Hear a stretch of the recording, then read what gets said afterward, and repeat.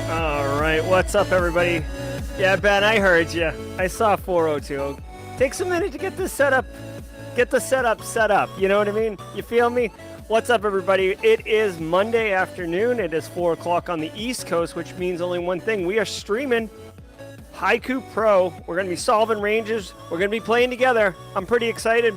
If you want to compete with me or basically use this as an instructor-led webinar, you can join me. And let me drop a link in chat for where we need to be. You're always here. Let me pin this chat really quickly. You're always welcome to follow along. You're welcome to play along, and you're welcome to engage in chat because it's all about good times here, and that's what we're doing. Nick Barker, what's up, Left Coast Nick? Good to see you, Carrie. Language Express in the house. Good to see y'all, Medine. A lot of squad members. Love seeing those badging.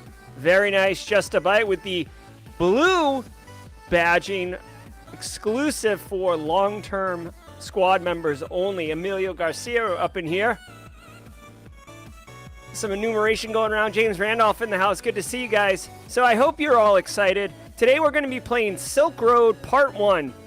This is a nice, easy, accessible web vulnerability, web application security, kind of following the standard workflows of recon, compromise, privilege escalation. It's all about good times. Hey, Brian Forrest. Hey, Jenny Housley. Good to see you. We're playing Silk Road Part 1 today. So I hope you guys can join me. There is a pinned comment if you're interested right at the top with a URL, haikupro.com. I probably should make it so you can click on it, but I didn't. Can you actually add that? I don't know if you can add clickable comments in chat. But either way, we're doing it. What's up, Robert Moritz? Good to see you. All right, guys, let's take a look over at the stream. So we are logged into Haiku Pro. The URL is haikupro.com, right? Let's see. I should be able to zoom in on this. Nope. Let me see if I can do this. Can I do this? It looks no different to you, but now I can do magic. Whoa! So you can barely see it at the top, but right there is the Haiku Pro. Right here. Can you see that? Not so much. It's right there. haikupro.com. Give it a shot. Of course, now you're going to see any type of alerts or notifications that pop up on my screen. So that's all good for nobody.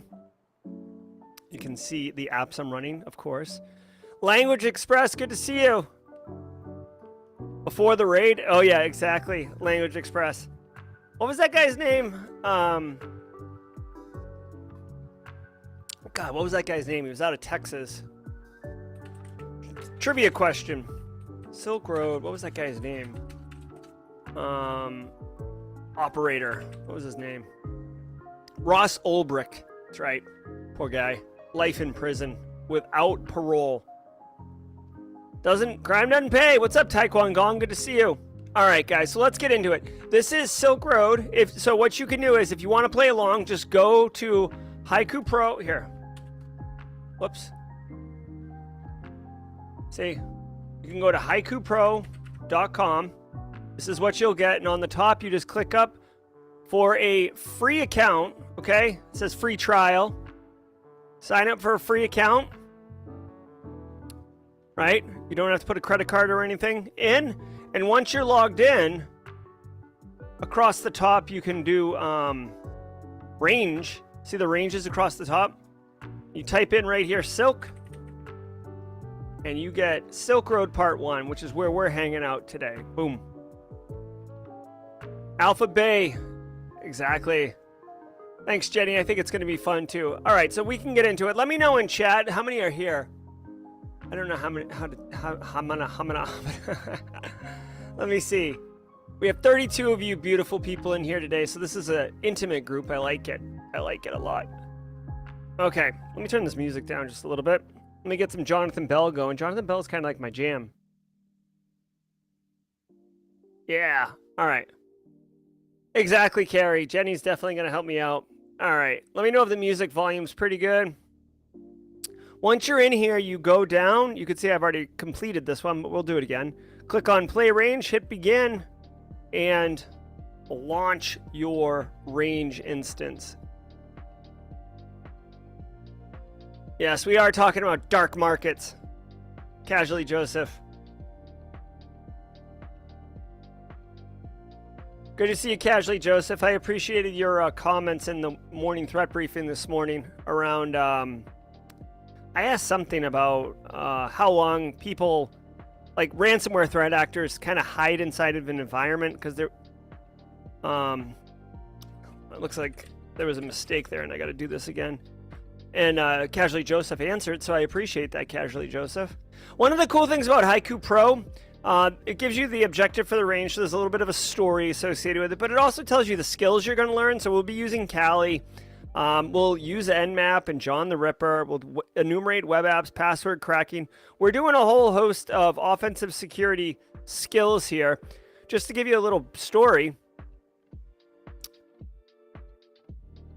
Oh, very cool. Actually, you know what? I have Tracers in the Dark. I just haven't read it yet. That's, to me, Tracers in the Dark is like an airplane book. The cyber terrorist Lazar Group runs an illicit website known as Silk Road, notorious for selling drugs and other various illegal items online, like getting the 1983 copy of the E.T. Atari game. Very nefarious activities. And they've harmed many people within the network. We are hacktivists, and we're determined to fight for our right to party.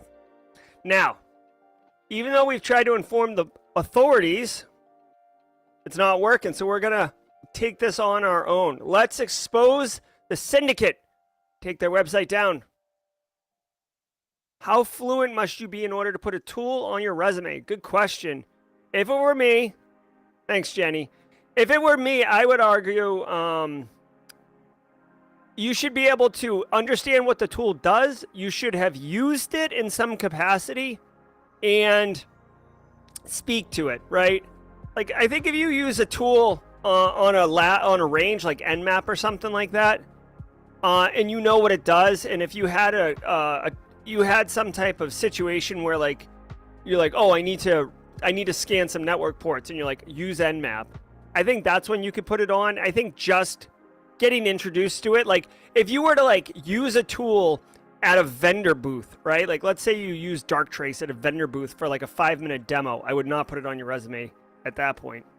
I also would say if you built like the home SOC lab, you could put like Lima Charlie, like for example EDR, on your resume, and it's going to lead to conversations, and you can talk about that. You know what I mean? You could be honest, but I definitely wouldn't put things that you have no experience with on your resume. That would be a real bad move. All right, so let's do Silk Road. Go ahead and click play range. You'll get this pop up just to make sure that we're going to spin it up. Let me know in chat, if you will, are you playing along on the Silk Road with me, or are you just watching? Here, let me start a poll. I do like a good poll. Are you team active or team follow? No, team active or team passive on playing this range alongside me? Active. Let's do this together. Passive. I'll sit and watch you. All right, let's ask the community. I'd be kind of curious who's playing along. All right, so once you get booted into this instance, you can see here we have a couple things. One, you get the same kind of storyline that you got before. And then on the top, there's another tab that says goals. Click on goals. Thank you, Alicia Jerry. Happy to have you here. You can see goals. And then these are the different flags that we're going to go after. Then down here, this is an active Kali instance, right? So you can see here, this isn't like a fictitious, fabricated one. This is a Kali box, okay? Boop. All right. So let's see what our first challenge is. And if this is your first CTF, welcome to the party. 31 votes out of 45 people.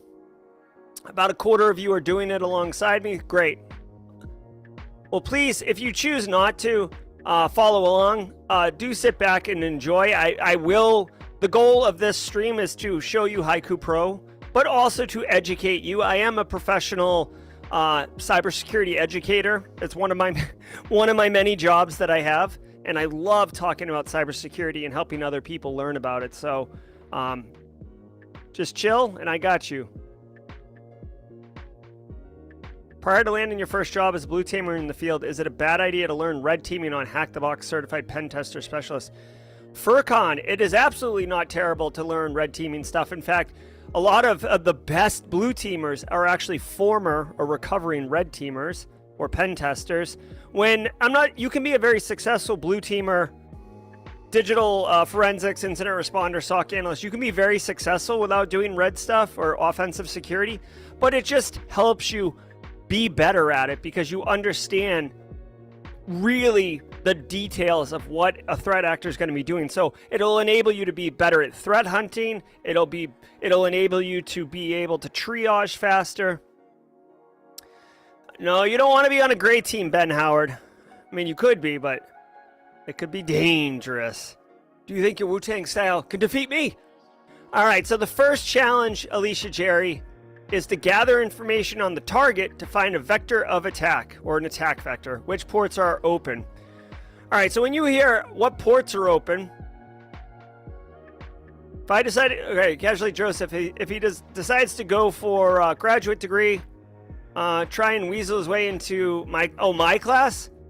I don't teach at the graduate level. I teach the cadets. I teach the undergrad, Joseph. But I will tell you, I am going to be releasing a course on Simply Cyber School that is a full college course. It's based on the one I teach at the Citadel, except I turn the dial up to 11. All right, let's get back to this. So it asks for what ports are open. All right, easy.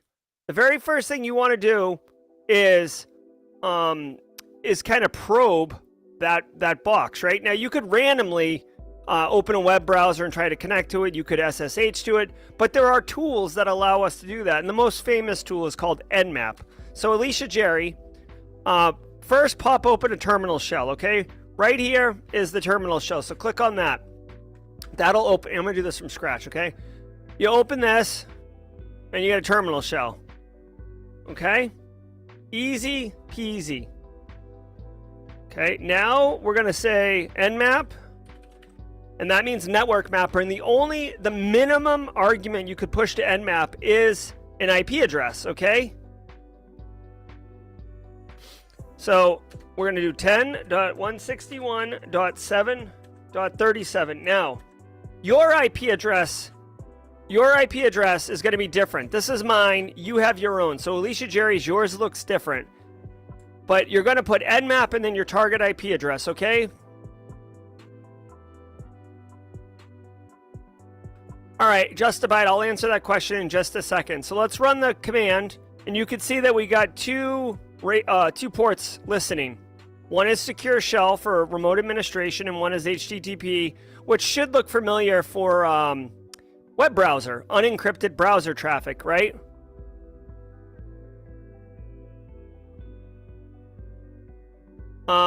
James Randolph, what tool are you talking about with Bomble?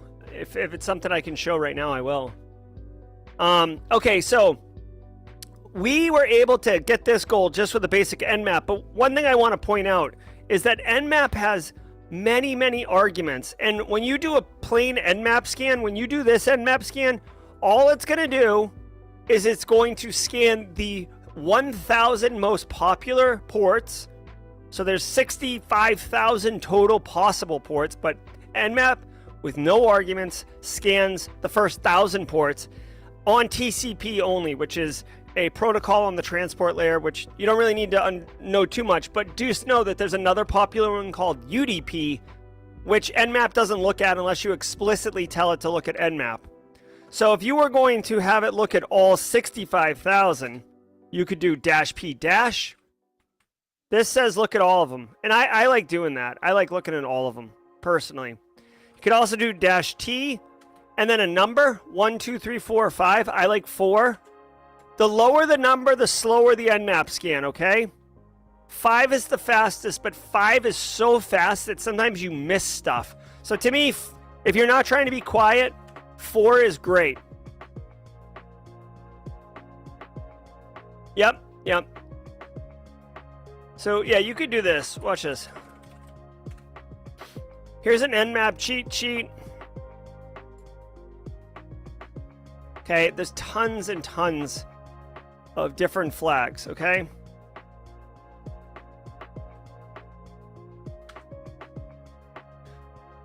All right, now, Justabyte said one thing that they never understood is that these ranges give you an IP address. How do we go about finding the IP address in the first place? So, to answer that question, you really have to ask, what is your objective, right?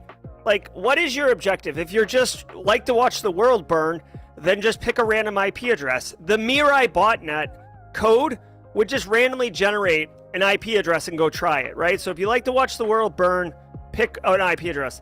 If you have a target in mind, well, then you do additional recon. Like, you say you want to get into like this simulation, this Silk Road, this criminal underground. Well, maybe you fish one of the admins on the criminal underground, and then you have you get them to reveal their IP address, right? So now you compromise their box and you jump in, and then you look around for something. Or if you want, you could do this, right? It's this underground website, right? This site. Well, you could do this. Like, check this out.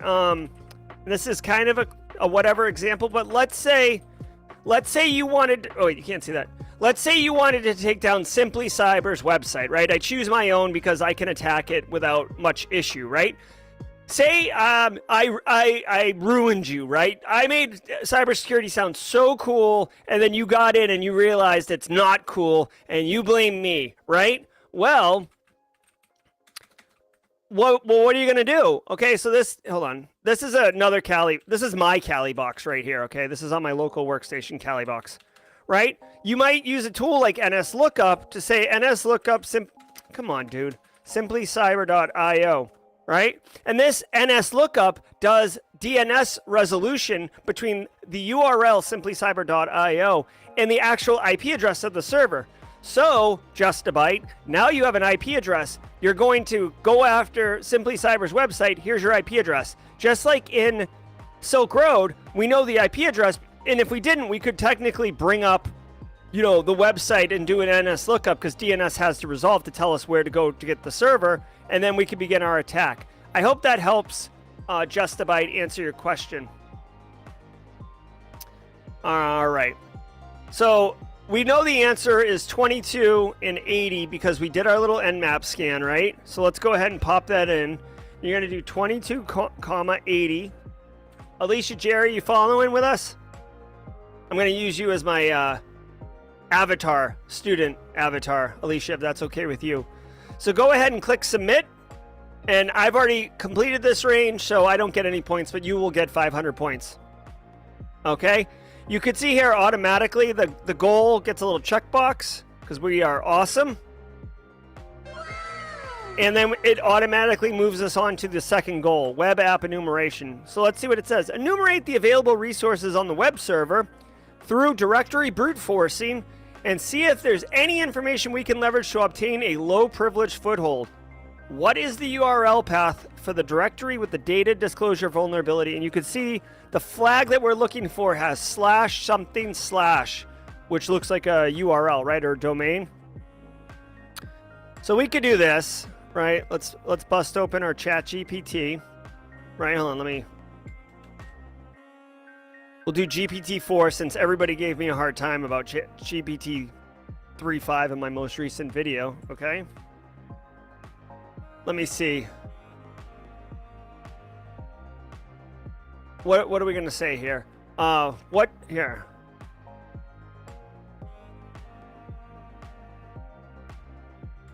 Right? There's nothing that says you can't use this. Actually, let's use Bard.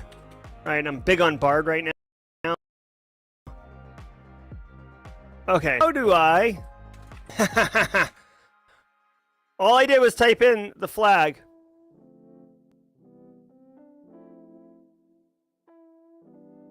Okay, hold on. Let's do this. How do I do, or what is directory brute forcing and what tools can help me do it? Okay.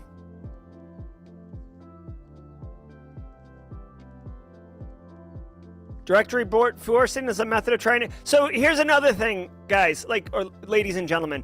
If you were here and you're like, oh my God, I don't even know what directory brute forcing is and it's telling me, you can go to these tools and it'll give you like knowledge, right? Oh, this is what directory brute forcing is. Here are some tools: dirbuster, wfuzz, gobuster, right? Let's see if gobuster is on this machine. I'm kind of curious. I always use dirb, but let's learn a new tool. GoBuster's not on there. Is wfuzz on here? wfuzz is on here. So let's try this. Let's try to learn a new tool, okay?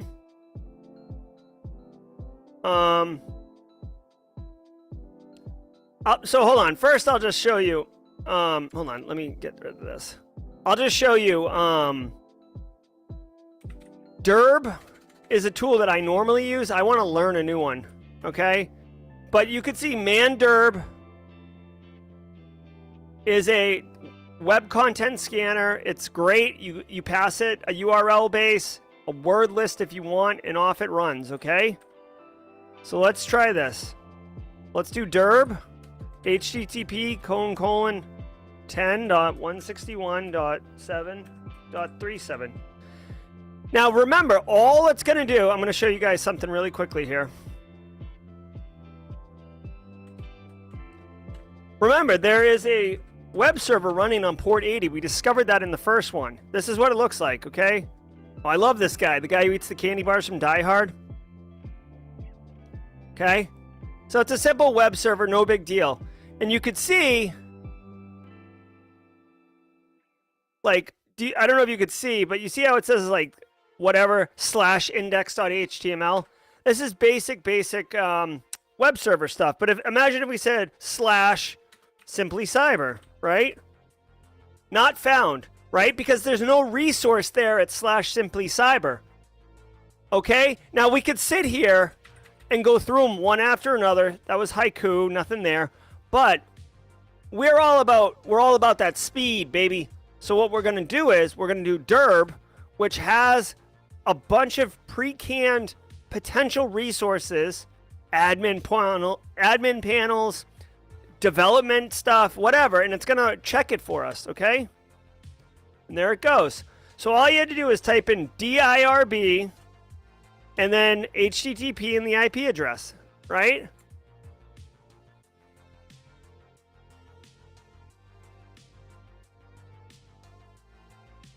What is that? Okay. Alicia, Jerry, you got that?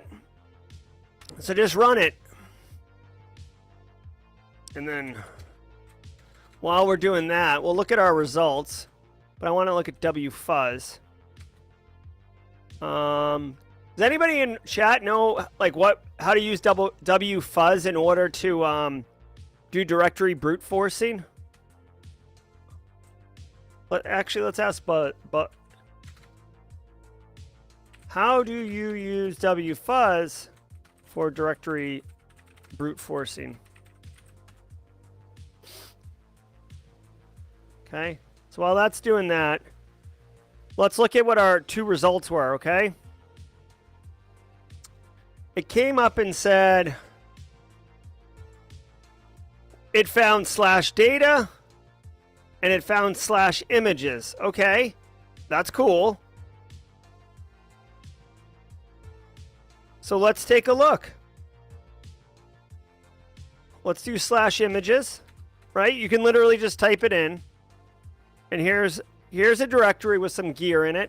And then the other one was data. Let's look at /data. All right. Ooh, there's a users directory under there. And there's 2 user information. We have what looks like a hashed password and a user email address. And if we go back and look at user 2, we can see we have, very similar different password. So we've uncovered some sensitive information, okay?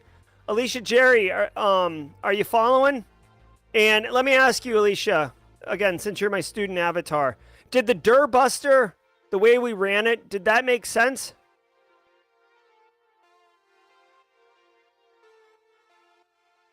All right, let me look at WFuzz really quickly. All right. We'll ask ChatGPT. Looks like it's going to give us something. All right. We need a word list. What happened to my music, buddy? All right, here we go. You got to pass it a dash W for the word list. Jeez. ChatGPT 4 is really chatty. Oh, no, Alicia. The screen's frozen. Okay. Oh, Language Express. You're going to love it. All right. So did we get a... All right. So it's target, fuzz, and fuzz is a special keyword. WFuzz will replace from the word list. Okay, so let's try it. There we go. Look at this. We'll just copy this code. Okay. Now, Haiku has kind of a special way of copying and pasting, but let's check it out. WFuzz. And it's 10.161.7.37. Language Express, really important thing to kind of understand right here is there's different, you can achieve the goal different ways. It's not like a maze with, that you do like with a pen on like the back of a kid's menu where there's only one solution. There's only one way to go from the start to the end. In pen testing, really across multiple elements of information security, there's tons of different ways to get to the solution, okay? Sean Washington, team late and listening while driving. Good to have you with us, Sean. All right, so let me check out where the word list is. I think it's under user var word list. No. Is it user word list? No, it's under share, right? Is it user share? And then word list? Yes. And then what's a good word list for, WFuzz, I guess that'll do. What's a good word list for domains? Web services, you guys think? Yeah, Language Express. It's cool. And that's one thing that a lot of people get confused about because you see, like, say you see me do it with Durbuster and you're like, that's the only way to do it because that you don't get exposed to anything else. Geez, what's a good... Does anyone know a good word list that comes natural? What's a default Kali word list for domain brute forcing? Please tell me, Bard. Oh, cool.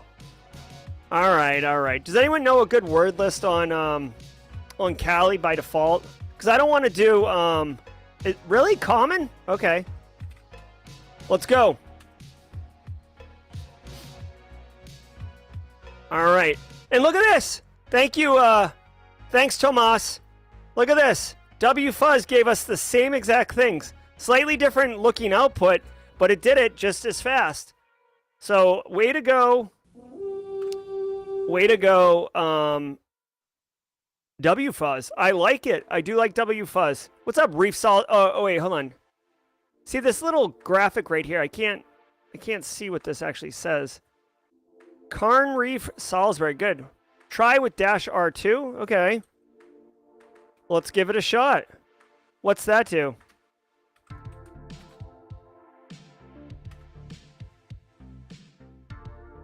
Oh, that's recursive, 2 levels. Yeah, I like it. See, we all learn. Language Express. I'm not even an offensive security professional. I dabble. I'm a student. So this is just as exciting for me. Another thing I want to point out to you guys and ladies is that don't be afraid to use like Google or Bard or ChatGPT, right? Like you're not supposed to remember everything. Some really cool techniques I've seen is having your wallpaper, like on your computer wallpaper, be a cheat sheet. I've seen that technique pretty good. Alicia Cherry had to restart. That stinks. Let us know when you get back up to us, Alicia, and I will hang out here. Now, you got to remember, in CTFs, you want to make sure that you're following like whatever the goal is, right? So we found some usernames and passwords. That's super exciting. But what are we actually doing? We're looking, whoops. We're looking for the URL path for the directory with the data disclosure vulnerability, okay? The data disclosed is these username and passwords. And the directory is, dun, dun, dun, dun, dun, data users. And that fits that format right here, right? 4 characters, like data, and then 5 characters, users. So we're going to go ahead and hit /data/users. Okay, go ahead and type this into your chat. And if you're following along, I know how many we got, 50 people. Great to see you, everybody. If you want to follow along, there is a pinned comment on the YouTube side that you can go through to get onto the range and play for absolutely free. Yeah, Medine, the wfuzz command is this one right here. Okay. So it's wfuzz -w, and then you know -w says I'm going to pass you a word list, and I went to /user/share/word list /wfuzz/general/common.txt, and you got to remember, people, that on a Kali default instance, /user/share/word lists is there. And then within it is a bunch of different word lists. Since I was using wfuzz, I went to the wfuzz directory. And then they have special ones for like SQL injection or different things. So I just chose general. And then under Tomas's guidance, I went with common. Then --HC 404. Basically, we're saying filter out 404 because 404 means resource not available. And it would just make our results look stupid. So we don't want to deal with that. Then -R2, which you can skip if you want, but this basically means go recursive 2 levels. And then our actual target, HTTP, then the target IP address. That IP address will be different for you in your lab. And then /fuzz. Make sure you do /F, U, Z, because that is a special keyword for the wfuzz application. I hope that worked, Medine. Yeah, you could do an alias. But final thing really quickly, this right here on the top is your IP address. Yours is different than mine, okay? All right, so Alicia, are you back up? I hope Alicia's there. It was 2280, and then we got in here, and we're going to do /data/users. If you're watching this on replay and you want you want to like not have me walk you through it, you can also use these hints. Hints will give you a little bit of extra information, a little bit more drive in order to understand what you're doing. So go ahead and hit submit. I got 0 points because I've already completed this range in the past, but you'll get 500 points, I think. Now let's look at the next goal. Leveraging what was found from the data disclosure vulnerability in goal 2, which was the username and passwords. Save the data to a file and see if this is a password we can crack. Then try to log in on the target machine as user2 with SSH. What is the flag for user2 low-priv flag.txt? Okay, so I've played a few ranges in my day, right? This right here is a file, and basically when you log in under user2, there'll be a file right there in that directory. That's what that is telling us. Hey, Nicholas Koo and Philip A with the subs. Thanks, guys. All right. So let's go take a look, right? Now it says user 2, right? So we're only interested in user 2. Remember, user 1 and user 2 are here, but the goal is only asking us about user 2. So let's go ahead and copy this password off, right? I'm going to highlight it. This is just boring copy paste, okay? On the top here, You guys see this little thing right here? You can click on it and get a little text editor. You could paste. Okay? Again, Language Express, I'm going to show you. Watch this. So save as, and we'll call it user2pw.text, okay? And this is in the root directory, so we'll just save it right there. Okay? So going back to Kali, excuse me, terminal. All right. Let me do this really quickly.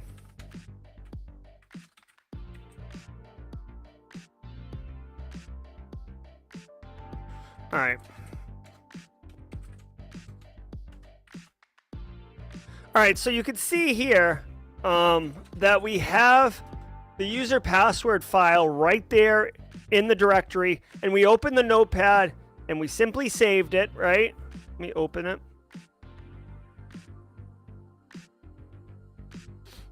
I'm in the root directory and I can open it, okay? Simple. It's the same thing. It's the same file. Now, I just want to show you that you can do it this way too. You can say echo.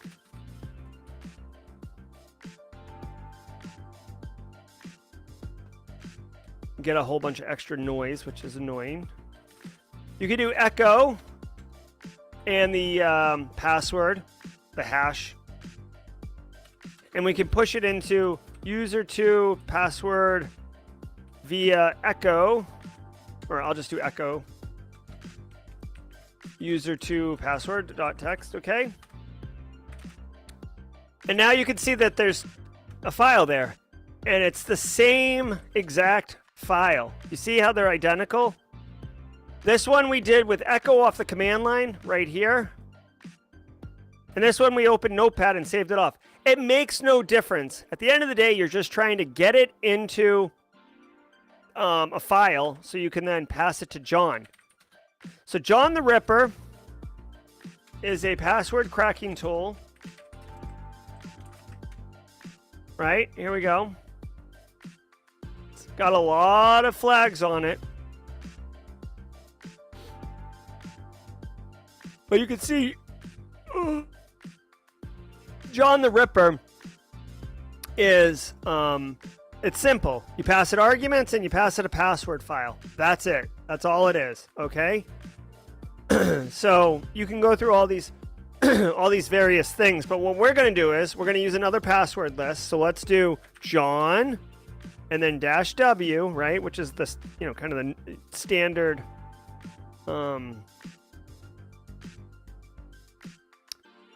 Give me 1 second. I want to see. I want to see something. Okay. It's -- word list, right? Okay. So John -- word list. Okay.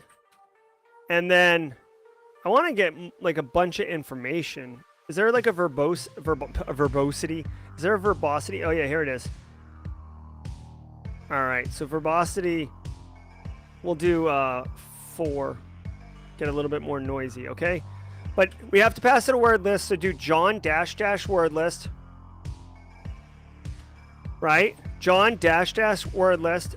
User share word list. We talked about this earlier. There's always word lists on default Kali. Now let's look. There's probably a John one. There is. It's john.list. I don't want to use that, though. Let's use the rocku text. Okay, rocku text is a really popular one. And then let's do -- verbosity equals 5. All right. And then our password file. Okay.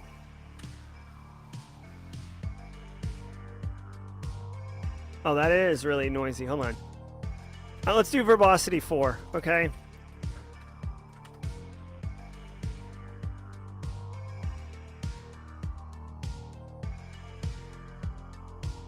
Boy, don't do verbosity 4. I was hoping for something a little bit more, pretty. Here we go.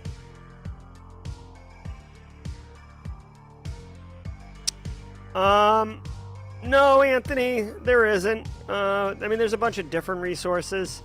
If you go, like, Google, here, while I'm password cracking here, you could do GitHub, cybersecurity, awesome lists, right? And this is probably a good repo. 139 contributors, all sorts of information, right? This is a gold mine right here. There, I'll drop this in chat. Who asked that, Anthony? At Anthony.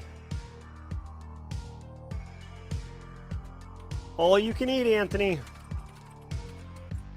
There you go, bud. All right. Guessing the format, seclist is great. Yes, seclist is amazing.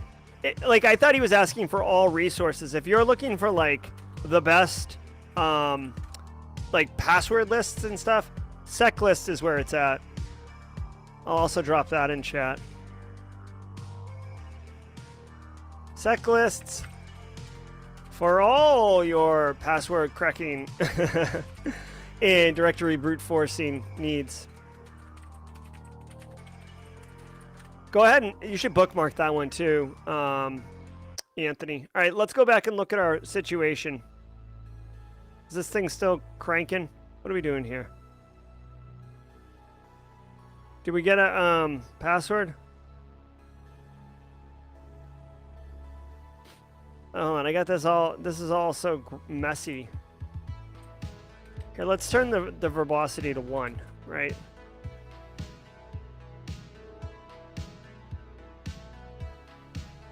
I'm getting a lot more information than I want. Like, I almost feel like I need a different password list.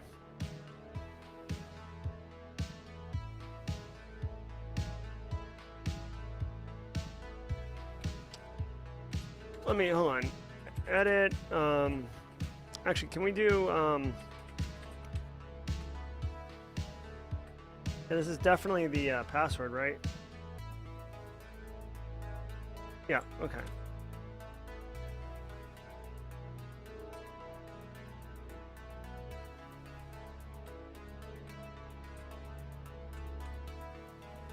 Oh my god, is this Vim? Ugh. Dude, VI, get out of here. Don't use VI. Please don't use VI. No, you shouldn't have to specify the encryption. Let me try this, okay? Let me try a different word list. John -- word list / user share word list.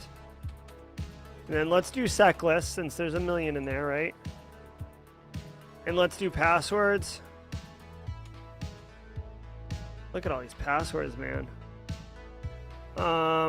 Let's do, I guess, I don't know, 500 worst passwords.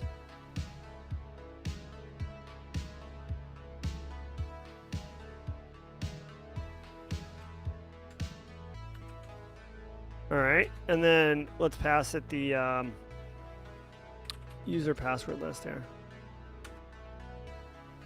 All right, there it goes.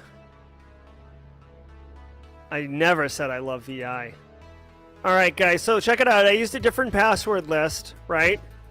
I did John -- word list because we have to pass John a word list always. And then I did user share word list sec lists passwords 500 worst passwords. And then the file that I created by copying and pasting what we found when we uncovered this, right? user2.xml, that's this. Here's their password. I saved it into a file, and then I fed that file into John, and you can see here, we were able to crack it with John. So that's our password. Now remember, so John Bruno asks about the verbosity. I was messing around with that. Verbosity basically means how much feedback the application gives the end user. So if you were writing the program, you are a coder, you're debugging it, you want the verbosity up really high because you need feedback like what's the current state of the system, what values are in what variables. But then when an end user uses it like us, we just care about the cracked password, right? We just care about this. So we would turn the verbosity down. Don't worry about it. Yeah, I know. I saw you say it was secret. That's funny, Joseph. Okay, so we've got the secret the secret value here. So hopefully, Alicia, Jerry, you got it.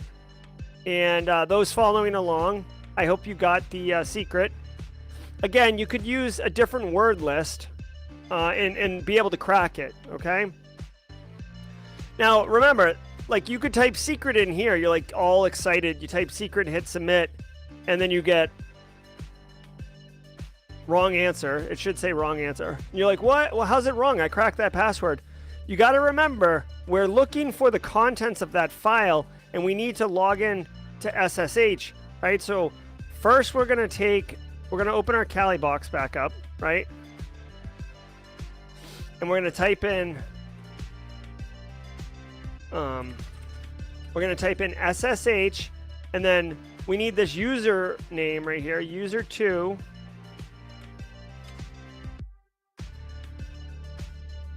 User2 at 10.161.7.37, right? And we're going to say okay, type yes. And then the password is secret. Now, when you type in the password in SSH, you won't see anything on the screen. So you won't see your keystrokes. And this is a security control to avoid someone shoulder surfing on you. So just know that you got to be careful when you're typing in secret as your password. But if you do it correctly, you will get this right here, logged in to Silk Road. We have effectively hacked in to this server. We're accessing it through someone's account we do not have permission for. If they were watching, if this was like a honey account, a honey token account, the SOC would be lit up right now and say, hey, somebody logged in with user 2 and that's not a legit account. So that's what's going on. All right, so hopefully everybody's logged in. And now, remember, we got to look at, usually it's like right there in the root directory. You can see there's one file in here. And it's the low priv one. So all we have to do is cat that out to the directory, to the terminal. And there we go. So we got our password. So, hey, I'm going to show you this. I'm going to copy it.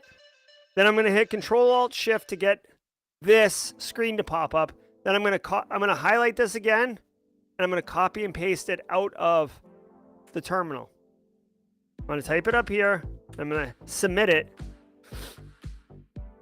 And we go correct. Now, I didn't get any points because I've already done it. Not much, Jenny. Nmap, directory brute forcing, password cracking with John, and now we're logged into Silk Road. So hopefully you all are with me, and we were able to find that flag inside of this file, inside of that directory. So now let's keep going. We're going to do privilege escalation.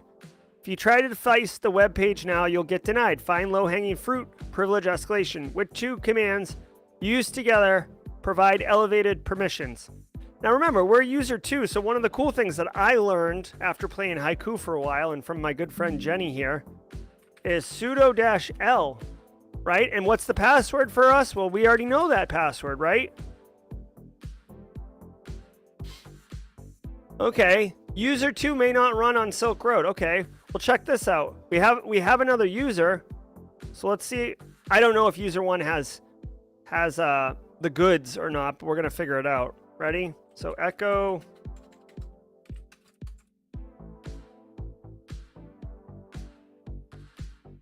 And this is user1 password.txt, okay?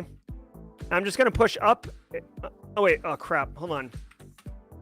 I have to exit back to my screen. I was logged into that machine. Now I'm logging back out. Of course, I just left an artifact on this web server that's highly suspicious. There's a file with a with a hashed version of somebody else's password. That's not good.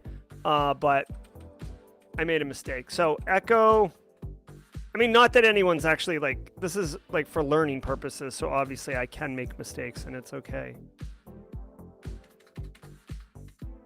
So I'm just going to echo that user1 hash to a file called user1 password.txt, right?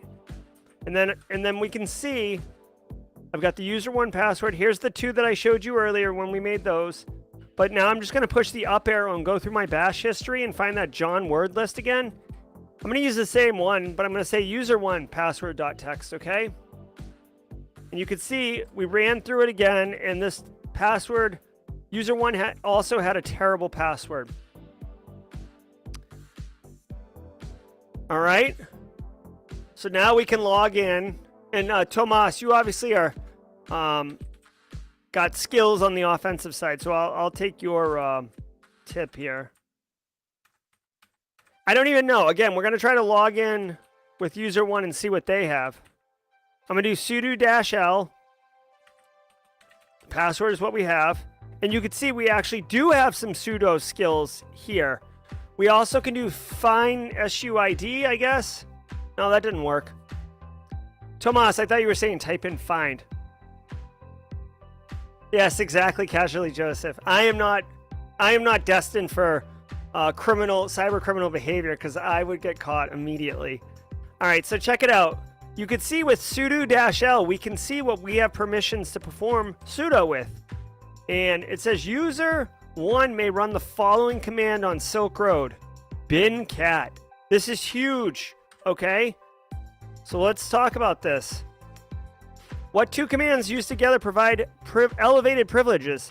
Sudo / bin cat, right? We can run bin cat as root. We are not a root user. We're just a regular user. Okay, hold on. Tomas is dropping knowledge in chat. I'm going to give it a shot, okay? Wait, hold on. All right, let's see what Tomas's command does. Here we go. So what exactly are we looking at, Tomas? Because this is a different output. Is this finding permissions where the user equals S, which I don't know what that means, but I'm guessing like, I don't know, elevated? What is interesting is that bin cat's not in here, but for the sake of the range, let's keep doing this. Oh, those are normal SUID, I see. So sudo bin cat is the answer, so let's go ahead and submit that, get the goal completion, okay? Okay, now we're going to navigate to the var www.html folder, delete all of the data, and leave a pwned message. Okay, so check it out. Let's do this really quickly.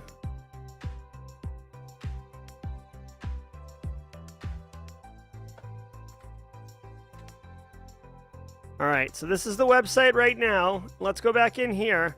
Let's go to the /var /www/html directory.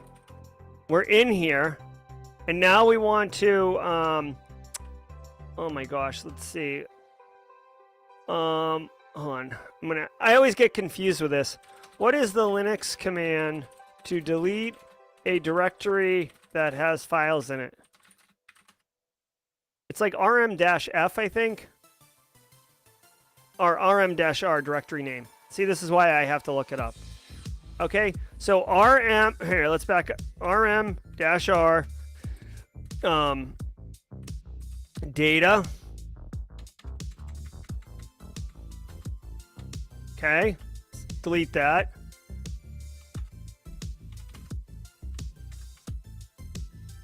Dude, come on. Oh my gosh. Yes, yes, yes, yes. All right, I got permission denied on deleting those for some odd reason. And now I'm going to do rm-r images, delete all those. Oh, should I be doing sudo? No.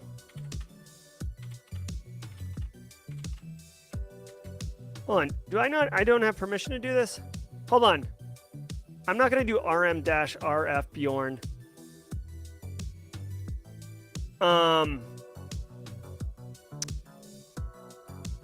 Yeah, I'm just trying to think, like, I'm not root, but I can use bin cat. I'm confused. How can I? Oh, you know what? Hold on. Let's do this. This is a really cool website. Is it Pono? How to? Oh wait. Linux Elevate privilege to root cheat sheet. There's like a website that has like tons of different, like how to do it with VI, how to do it with all these things. Care. Hold on 1 second.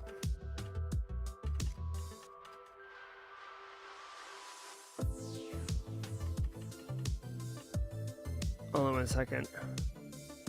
There's definitely a way to like elevate privileges. No, this isn't it. Somebody, does anybody?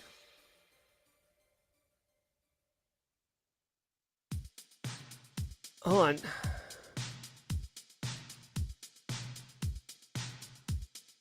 Gosh, it's gonna frustrate me. There's definitely a website on, like, it'll like, it's like a website to show you like how to like basically get root shells. Oh, thank you, GTFO bins. I think that is it. Cat.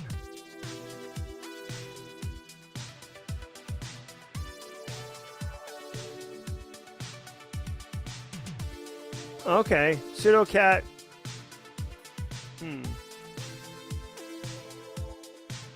So, I guess we could do this. Can we do this? Like pseudo. There's a way, like cat doesn't just read, it can also write, I think. Right? You guys know what I'm talking about? Oh, okay. That's a good point. Cat, Etsy, shadow.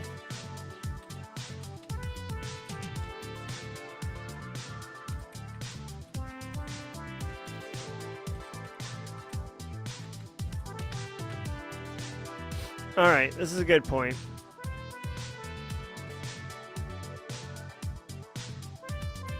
Brian Forrest, I love it. Can we do that? Oh, we can. Okay. So what is the trick? When you do this, is this when you have to use unshadow? Like John unshadow? Is that how you have to do it? You guys know what I'm talking about? Yeah, okay, so there is, like, unshadow. All right, hold on. How to use unshadow. It's not super complicated, but I always get it confused. Let's see. So, sudo unshadow Etsy password, Etsy shadow. Hold on 1 second.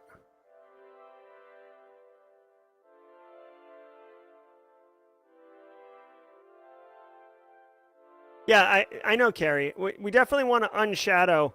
But the thing is, you have to, like, you don't just type unshadow in and like, you get the password. Like, you have to save, I think you have to save the shadowed root password off into a file and then feed it to unshadow. And then unshadow creates another file that you need to feed to John, if I'm not mistaken. Right? Let me see, man, unshadow. Is there like a how to use it in here? Unshadow password file, shadow file. Okay, so let's do this. Let's do this. Sudo cat shadow shadow file. What? So you can't, I can cat to the terminal, but I can't cat to a shadow file? That's odd.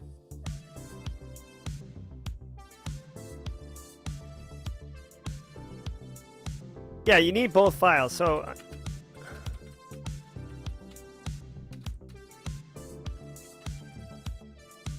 Oh, this is super annoying. Okay, let's do this the, kind of the crude, like I eat with my overhand grips. Let's do it that way.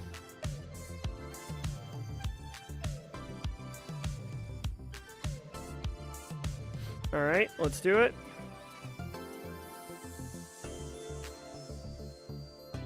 This will be slash root, and then we'll call it shadow guy. Okay. And then let's do cat Etsy password.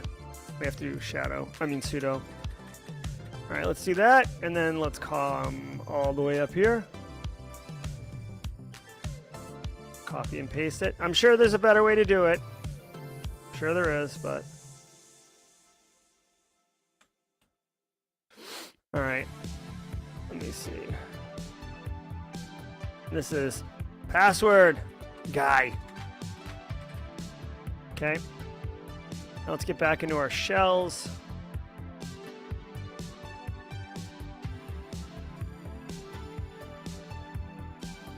Okay. So now we've got our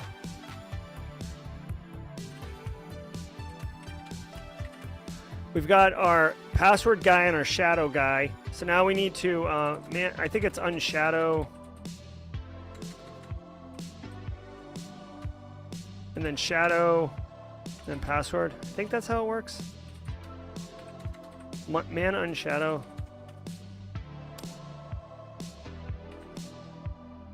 Oh, I did it backwards. Unshadow password file, shadow file. All right, unshadow. Hold on. Am I doing this right? Hold on. Password file, shadow file. Okay.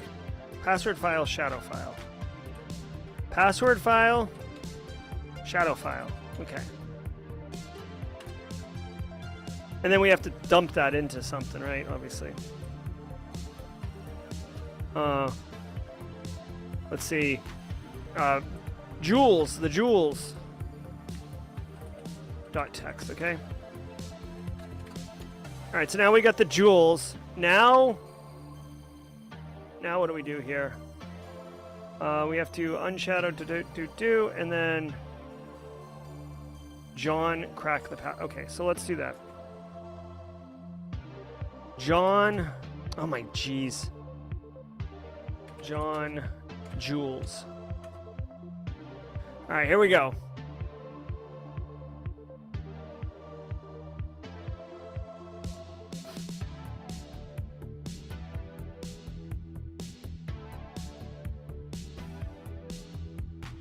Sudo cat index. Yeah, I know, but it says, I mean, I guess I could do that. It did say delete the files on the directory. I mean, I guess we could just do it that way, right? So let's do it. Sudo bin cat, and then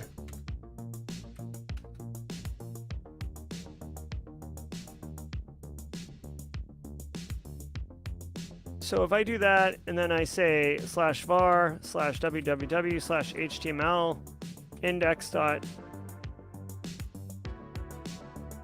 Hold on, that's not how it works. You have to pass it something, right? Like,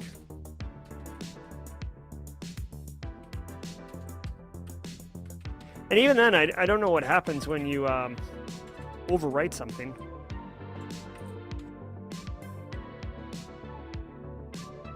Permission denied. Getting a bash error. I don't know why. Let's go back and see if we can crack this root password.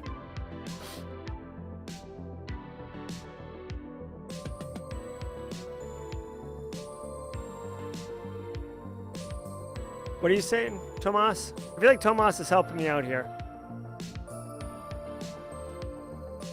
What am I missing here, Tomas?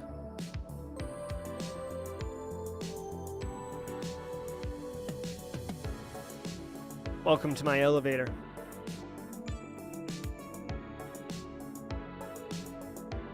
All right, so Tomas is saying I'm doing this wrong, and I wanna know sudo cat index.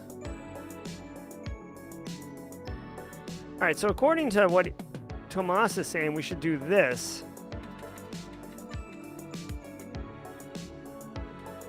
Sudo cat index, and then I guess pwned. This doesn't look right to me, like from a how you pass arguments, but we'll try it. Permission denied. We're being mocked here. We've got 4 minutes left. Let's go back to the cracking. We're still trying to crack up in here. Yeah. All right, Tomas. I know we're on a delay here, but check it out. Sudo. Oh, I see what you're saying. Are you saying we're supposed to do this? I'm really, really confused about what is going on here.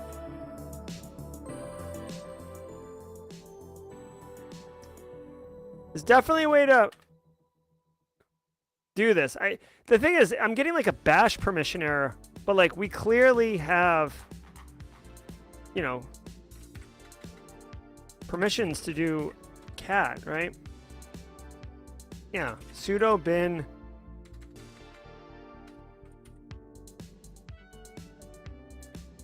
Yeah, I've done it too.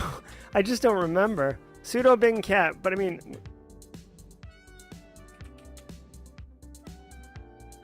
Oof.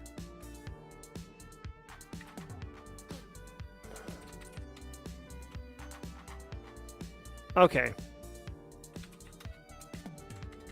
Let's try this. Sudo bin cat. Dude. Index. So we can do that. So then, can we do this?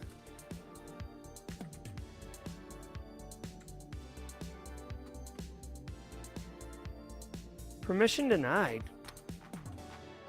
I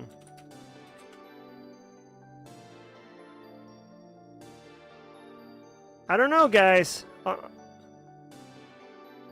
4-hour meeting sounds horrible. I'm on the final step. I'm on the final step, Justin Gold. I got 90 seconds here.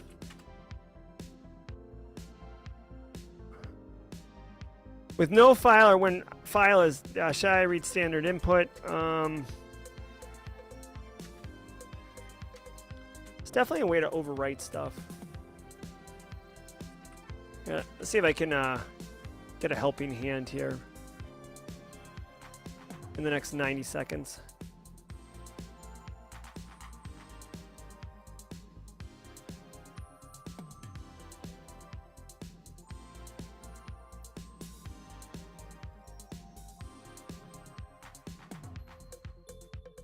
Oh, you know what? I didn't even think about the hints. So can we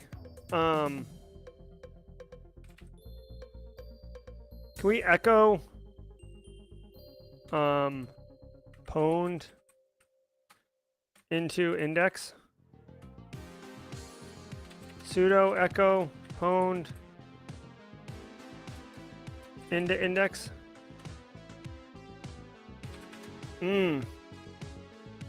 I don't know, guys. It's not looking good for us.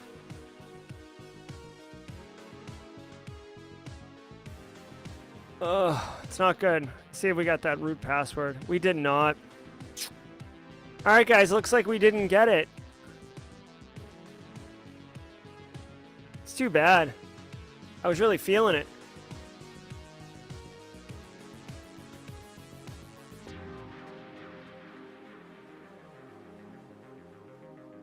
Oh, I wonder if we can do this.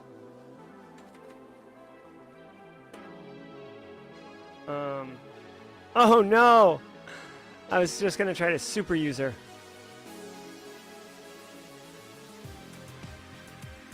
All right, did anyone get it? We didn't get it. Like the most inverted toasty ever. I got toasted on that one. Not good. I was hoping we'd get it. Yeah. No, it's okay, Jenny Housley. I appreciate it. I am going to do something really quickly. We are at time. I hope you guys enjoyed it. It looks like there was 40 of us in here today, roughly 50. I'm sure some people came in and saw me bumbling around and they're like, I'll check out something later. What's up, Justin Gold? How's things been with you? Tomas, I'm going to try something super quick. Oh my God, I did see the new Mortal Kombat trailer. My goodness. It was, to say insane would be an understatement. Too graphic. I forgot just how graphic Mortal Kombat is, which is like what it's based on. But holy mackerel. Mortal Kombat really really took it to the to a new level.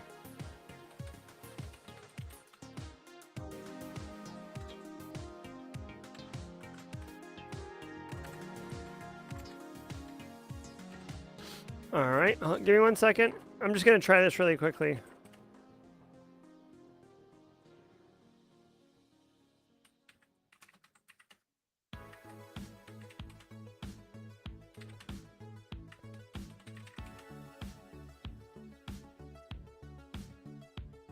Oh.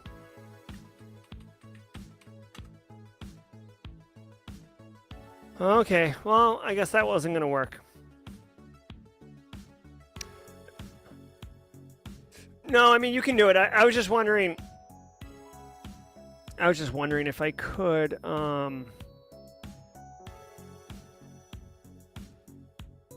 just see if I could do this really quickly. Give me 1 sec. I really, it's like, it's kind of annoying me a little bit. Like a lot bit, actually.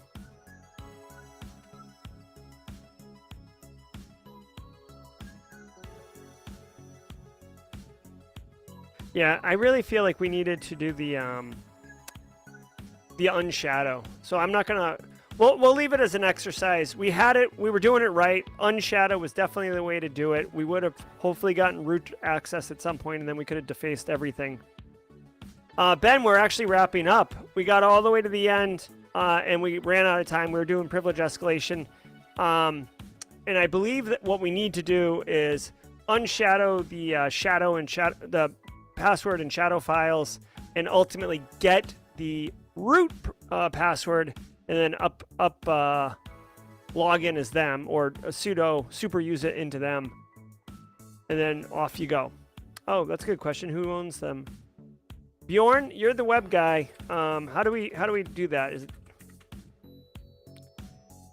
Wait, hold on.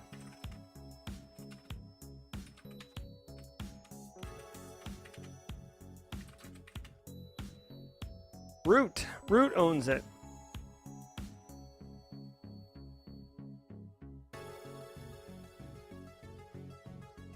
Yeah.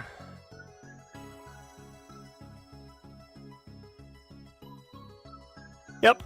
Nailed it. Right here, it's root. Oh my god. All right, guys. Oh, you guys are looking at me. I'm sorry. Like I was doing it on stage. I'm sorry. Sometimes I don't see my monitor and I don't have a producer, so I am lost. All right, guys, this has been Haiku Pro. I hope you guys had fun. I know those who followed along, Alicia, Jerry, if you're still with us, I hope you feel a little bit more comfortable. You learned a little bit today. You see that somebody doesn't get it right every time. Someone doesn't crack the Gibson every time. It's a learning process, right? Athel S says, hey, Jerry, been following you on LinkedIn and the tube at a recent computer science graduate with no prior experience and looking at market. How hard would it be to crack into cybersecurity? Yeah, I mean, if you have no prior experience, that's okay, Athel. You're going to have a challenge, but what you need to do is begin to get practical hands-on skills, do labs, build a home lab. It depends on what job you want. Do professional networking. Like, I have a computer science undergrad myself. Like, the knowledge you get in an undergrad is fantastic and it equips you, but it's not practical real world experience in a lot of instances. And that's what employers are looking for. So you have to go get some of that and you have to network. Okay. But the computer science degree is going to give you a lot of foundation to be able to move quickly, absorb new knowledge, understand. So, Athel, I have like 200 videos on the Simply Cyber channel around like getting into the industry and breaking in. I have like, I think 500 or 600 or 700 total videos, but I have hundreds of videos answering that question. So go check it out. Nice. All right, guys, that's going to do it. I got some family stuff I got to boogie on to, but I genuinely appreciate y'all being here. I hope you guys can come tomorrow morning for 8 a.m. for the Simply Cyber Daily Cyber Threat Brief podcast. And we appreciate you. So I'm a little tired, y'all.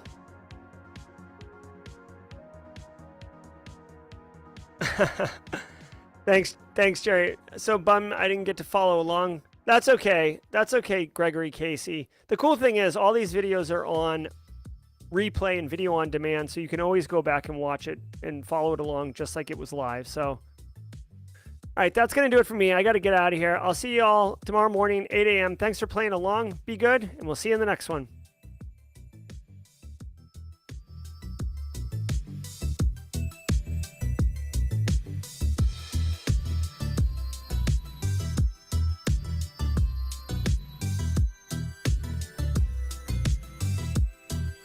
Yay!